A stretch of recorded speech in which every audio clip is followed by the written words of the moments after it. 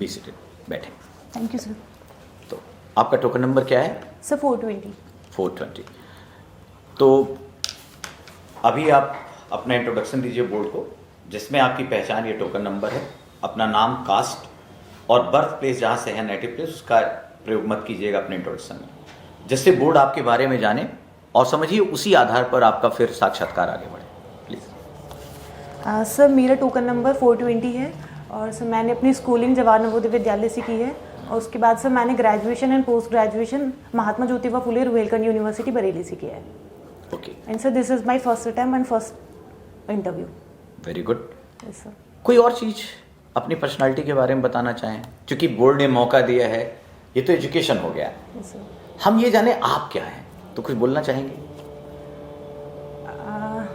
Sir I am a very dedicated और consistent in my work, like I am very dedicated aspirant. Dedicated. Yes, sir. Okay.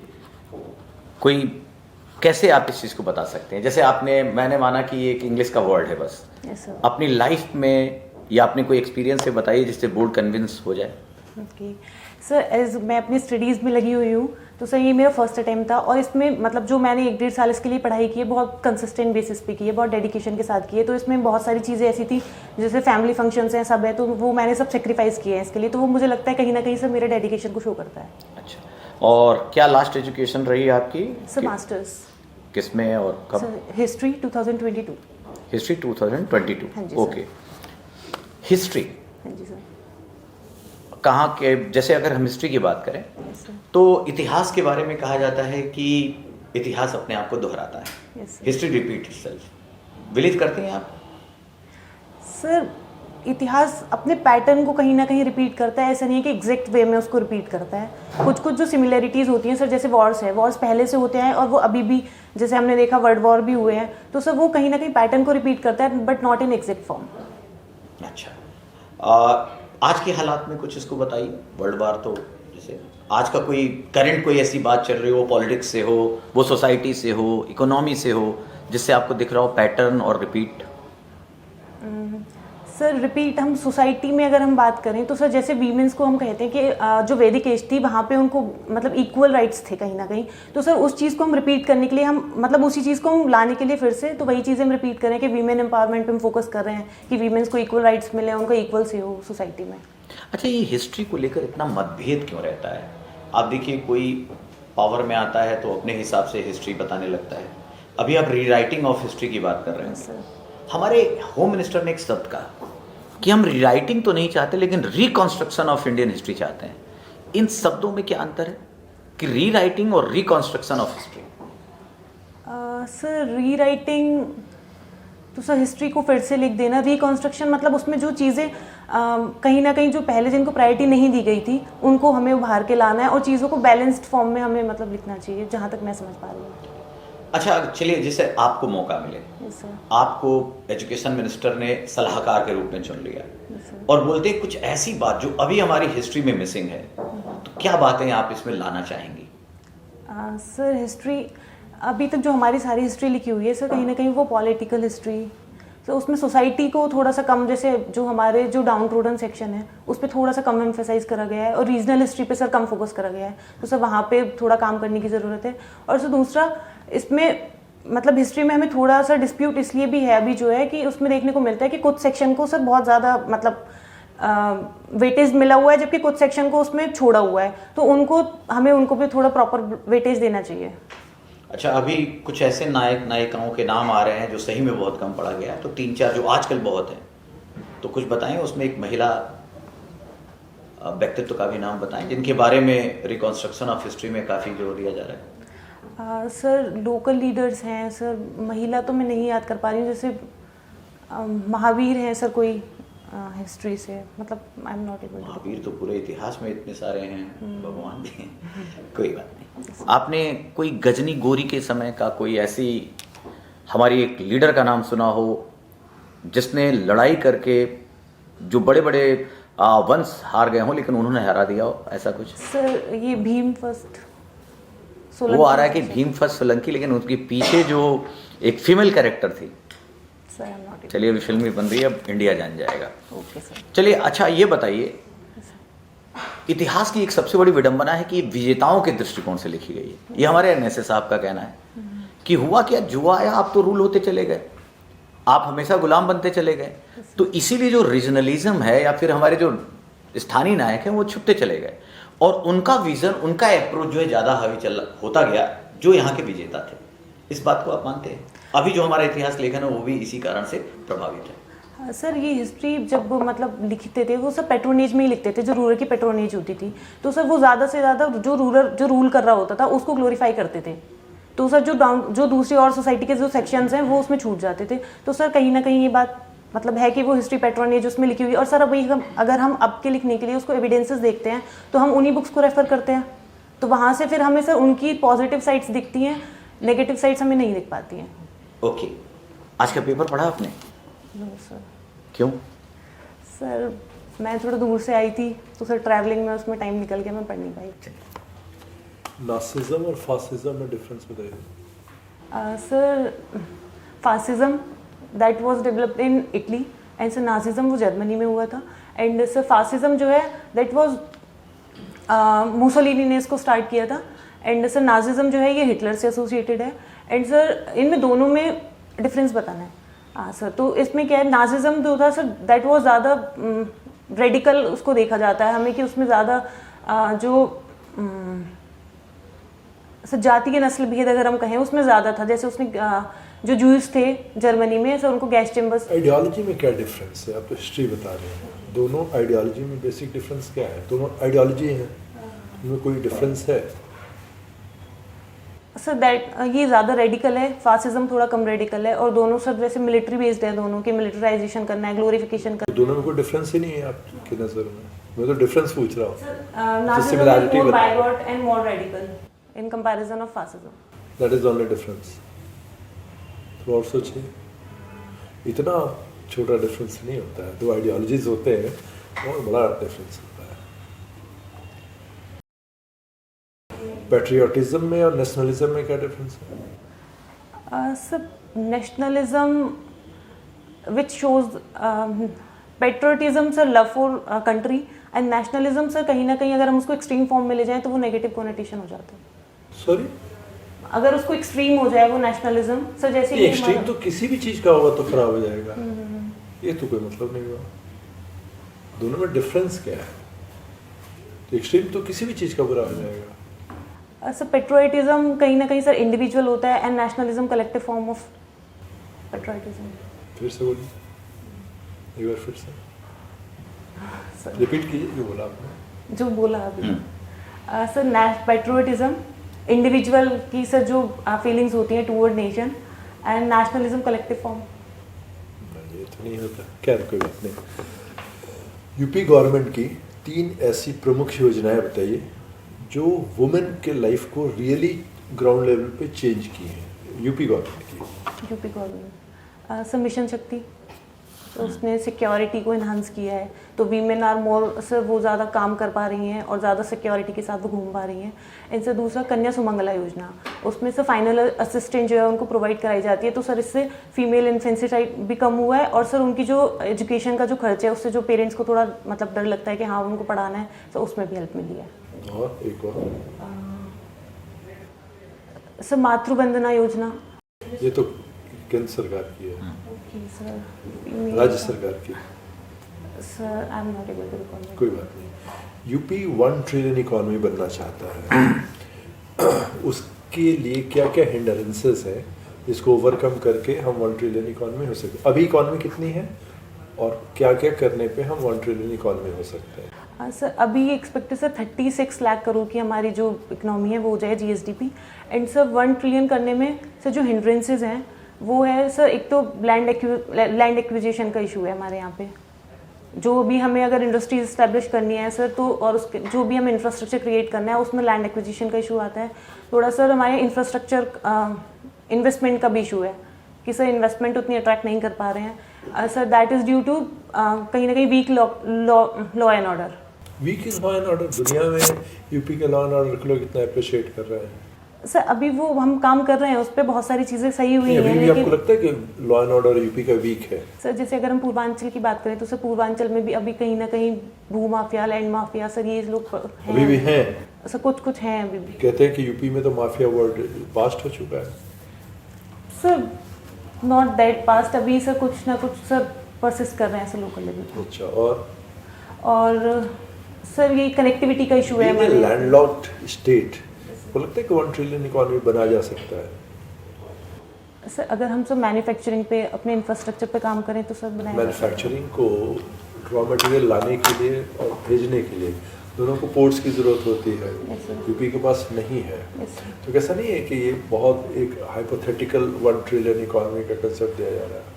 नहीं sir, अभी भी sir export preparedness index में अगर हम देखें तो यूपी 4th नंबर पे आता है all over India, and sir landlocked countries में 1st नंबर पे है। तो सर वो कर सकता है, और जो हमारे स्टेट है, इंटर स्टेट अगर हम कोऑर्डिनेशन करें तो सर हमारे एक्सपोर्ट एंड इम्पोर्ट्स दोनों। लास्ट क्वेश्चन है, agriculture is the life line and life style of Indians, explain. Agriculture is the life line and life style of Indians, explain. Sir हमारी से जो मोर देन 60% पॉपुलेशन है that is dependent on agriculture, and sir agriculture ही है जिससे उनका सबका घर चलता है, तो sir that is the life line. Yes sir. Life style and life style sir अगर हम देखते हैं जो हमारे यहाँ कुछ चीज़ें हैं जैसे सर पेट्रियार्की है, अगर वो आती है तो वो भी एग्रीकल्चर से एसोसिएटेड है, उसी की वजह से डेवलप हुई है, तो वो लाइफ स्टाइल में सर वो कहीं ना कहीं शो करती है कि हाँ। नहीं, ये तो नहीं। फर्स्ट लाइन तो okay, second line life style का पेट्रियार्की से क्या कनेक्शन है? जो एग्रेरियन कम्युनिटीज नहीं होते हैं वो पेट्रियार्कल नहीं होती? सर कम देखा जाता है उनमें। एक बात बताइए, पूरा सऊदी अरब Yes, sir. पेट्रियार्कल है, कौन सा एग्रीकल्चर कर रहा है?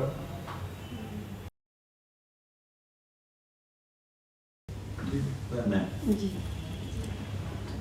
मुझे बताएं, जो आपने साड़ी पहनी ये प्योर कॉटन है या इसका कपड़ा कुछ और कहा जाता है? मैम प्योर कॉटन तो नहीं है, नहीं, सिंथेटिक मिक्स है। बस कम कुछ मिक्स है। खुद कैरी की है या किसी से करवाई है आपने? मैम खुद की है, but it is ready to wear mode में है ये कुछ। डिफेंस कॉरिडोर नाम सुना? उत्तर प्रदेश के कितने जिले इसमें आ रहे हैं?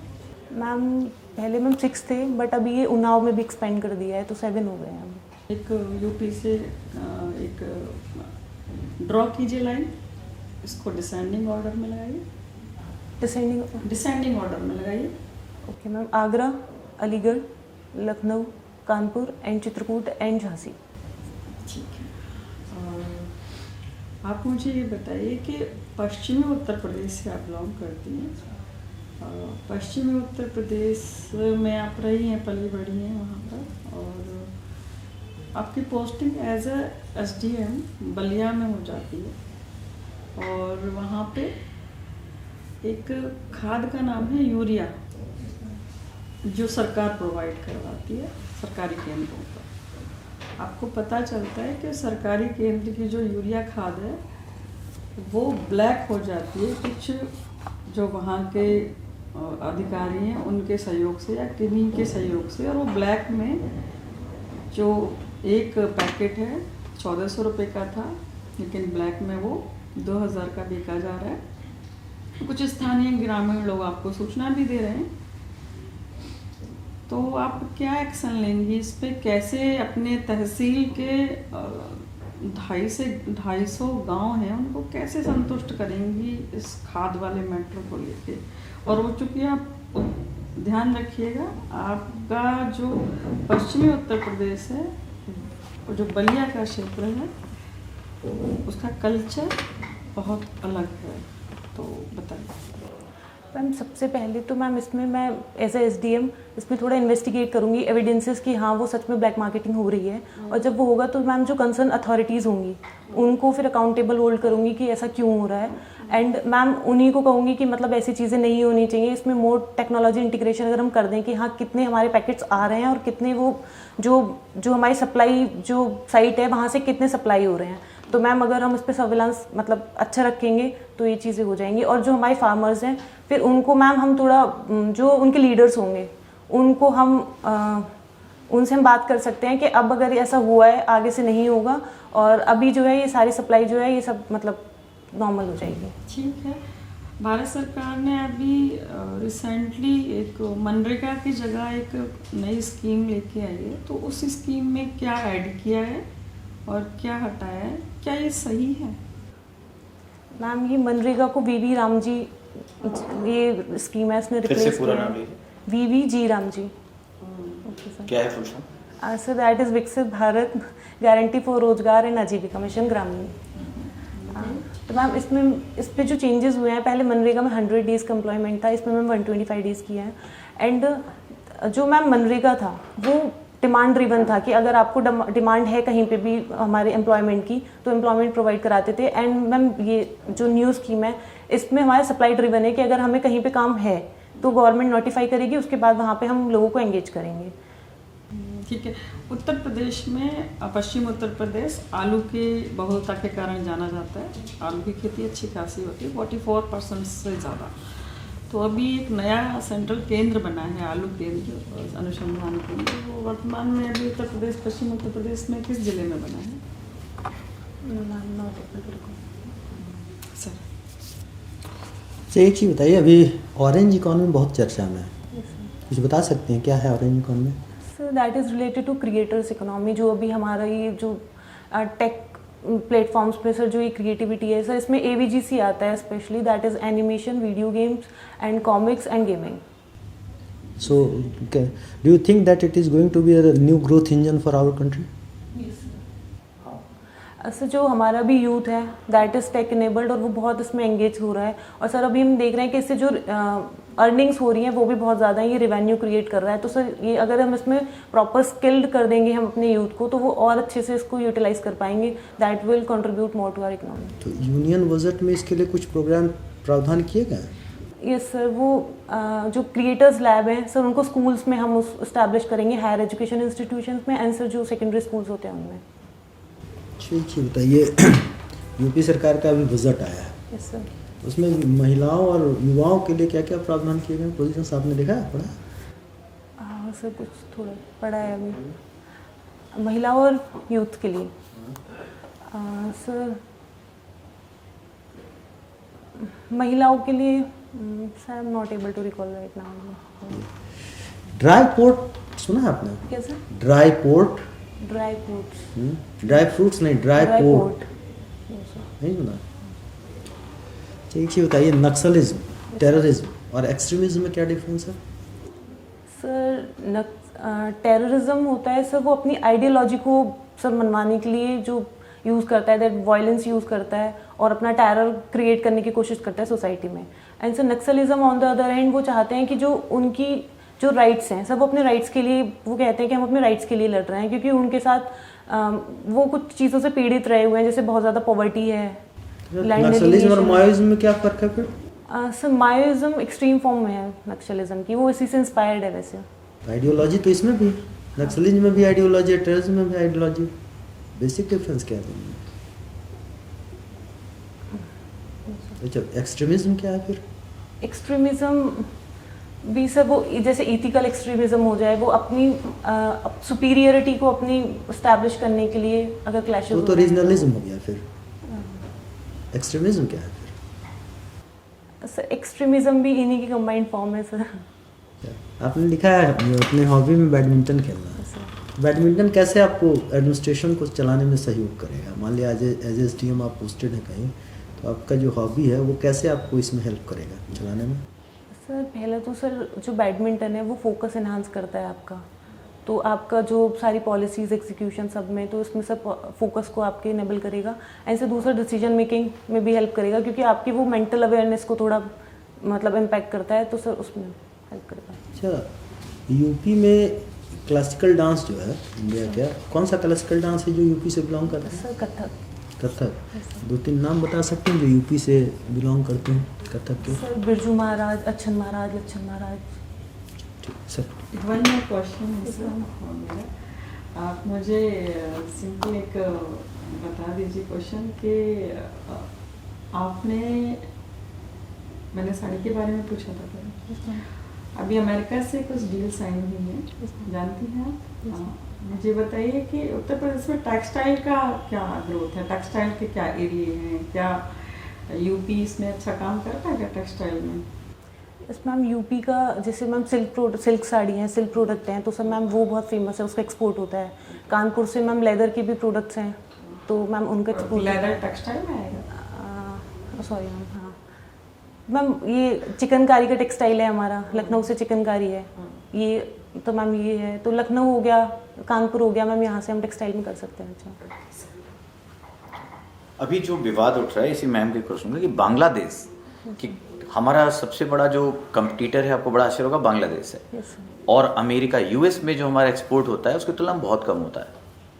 ऐसा क्यों है और अभी क्या विवाद का विषय है?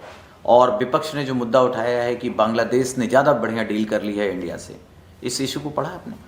सर वो उसमें है कि जो हमारा जो उन्होंने टैरिफ रिड्यूस किया है दैट इज़ अप टू 18% उन्होंने किया है, लेकिन जो बांग्लादेश का है वो और ज़्यादा रिड्यूस किया है, तो उनकी जो एक्सपोर्ट कॉम्पिटिटिवनेस है वो उधर बढ़ गई है। वहाँ पे उनको सर जो कम पैसे में वो अपने एक्सपोर्ट कर पाएंगे इन कंपैरिजन ऑफ पास। ये फैक्ट शीट है या केवल आरोप है? आज का पेपर पढ़ा आपने? No sir. नहीं पढ़ा, इसीलिए। चलिए, एक पश्चिम उत्तर प्रदेश में डिस्ट्रिक्ट है संभल। Yes sir. कौन है वहाँ के district magistrate? Not able to. बड़ी पूरा अभी तो नेशन जानता है।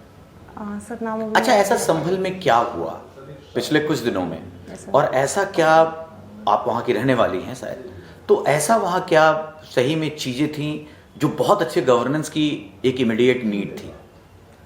सर वहाँ पे कुछ थोड़ा कम्युनल कॉन्फ्लिक्ट चल रहा था सर, एक मॉस्क है उसको लेके, तो इसलिए वो हाईलाइटेड था अभी यूपी।